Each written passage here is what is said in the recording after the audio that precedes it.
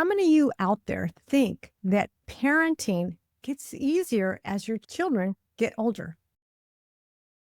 I used to think that once my kids became adults, parenting would become so much easier. But in reality, it's not easier. It just changes. As many of you may know, I have two adult children who are incredibly independent children or adult children, and I'm so proud of both of them.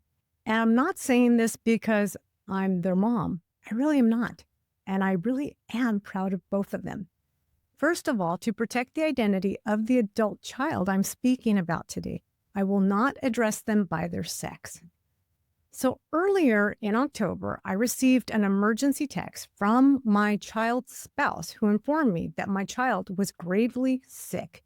My child was actually admitted to ICU and was intubated and placed on a ventilator. So I did what any mother would do and get on any available flight to get there.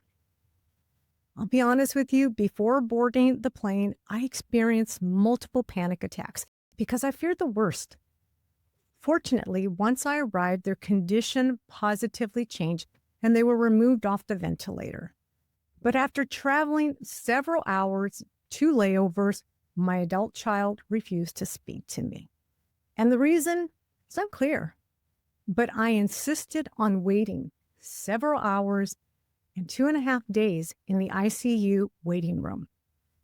My child's spouse felt very uncomfortable and sad because they called me in distress to come. The second night, I prayed and I separated myself from my feelings, allowing myself to see things from my adult child's perspective. I know what you're probably thinking. How can I see things from another's perspective when I have no idea what the root cause of those feelings are? But what I discovered is that those feelings were real and they belonged to my adult child. When I saw things from my child's perspective, I started to cry. But those tears weren't only mine. They were my child's tears. I felt lonely, scared, powerless, because those feelings weren't mine. They belonged to my child. When I began to realize that the emotions I was feeling was theirs, I felt lonely, scared, and powerless because those feelings weren't really mine. They belonged to my child. I also learned that as a parent of an adult child, I needed to find my own place. By understanding my place, I understood that I, as a parent, am not supposed to try to fix this problem. If I forced and pushed my way through, ignoring that my child's feelings and thoughts are genuine and that their feelings matter, regardless of what I or anyone else believes, they are valid. I could potentially lose my child forever. When our children are younger, we tend to fix their problems or guide them in finding a solution. But as our children grow older, in my opinion, we shouldn't try to fix their problems. Instead, we should be there when they need our advice. Parenting my adult children has been the most challenging role for me because I've made my fair share of mistakes and want to spare my adult children from experiencing the pains and struggles I endured. However, I also appreciate the learning and the growth I experienced, which have shaped me into the woman I am today. So no matter how much it hurts me to watch them struggle or face their own challenges, I understand that they are becoming stronger adults, and maybe at first they may not appreciate me standing on their sideline, but I am confident they know I'm actually cheering them on for their strength and perseverance.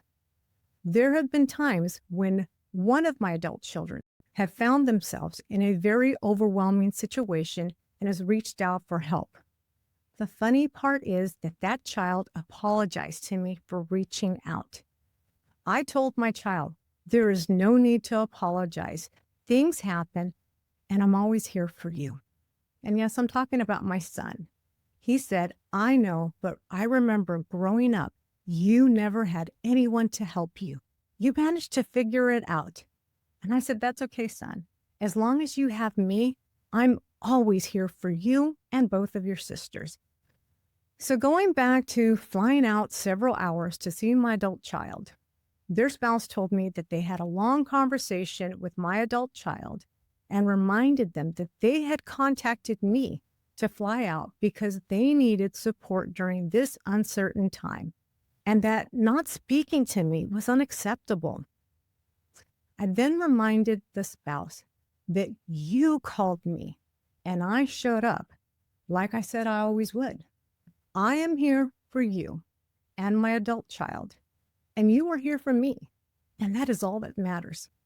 What is important right now isn't about what is acceptable or what we think should happen. It's about my adult child and their spouse's health. We need to set aside our thoughts and feelings about what we believe is right or what should happen right now and recognize that there is a reason for my adult child's feelings and thoughts.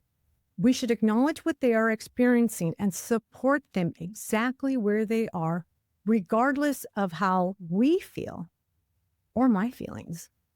And when the time is right, my adult child will talk about what happened, but we cannot push them to accept our beliefs because we have not walked in their shoes or lived their life from their perspective. You cannot force someone to find healing when they're not ready. My in-law began to tear up and said, well, what about you? I said, again, it's not about me or my feelings. It's about coming together, showing our loved one through our actions that we respect them and we are here for them by giving them space.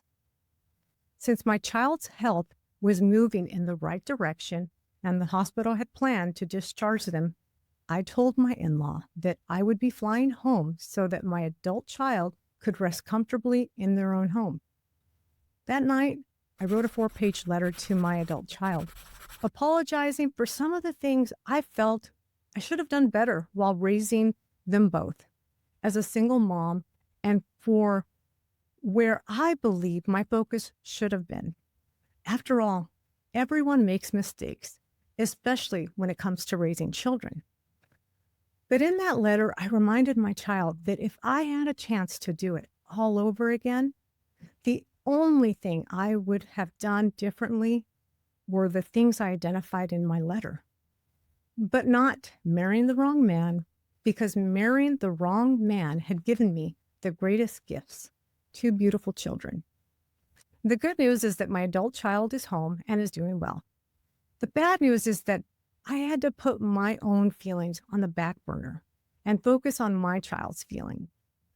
I've learned that parenting adult children isn't easy.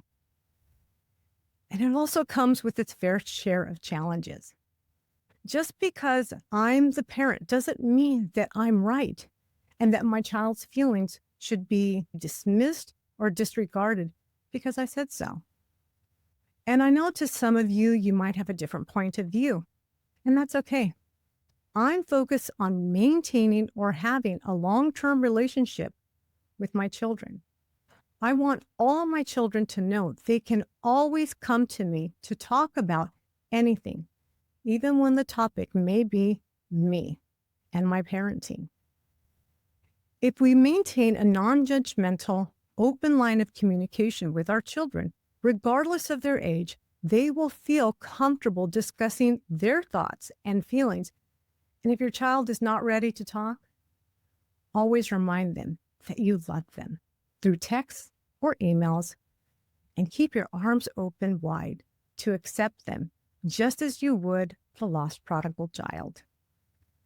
So now it's your turn. How do you maintain a healthy relationship with your adult children or child? What are some of the challenges you've encountered? I really would love to hear them. If you want to learn more about today's topic, you can find additional information at createthebestme.com/EP142. I hope this episode is helpful for some of you who are wondering why parenting hasn't gotten easier as your adult children get older. Thank you for spending this time with me. And remember, you are beautiful, strong, and capable of creating the best adult parenting relationship one step at a time. Thank you for watching. Catch you next week. Bye for now.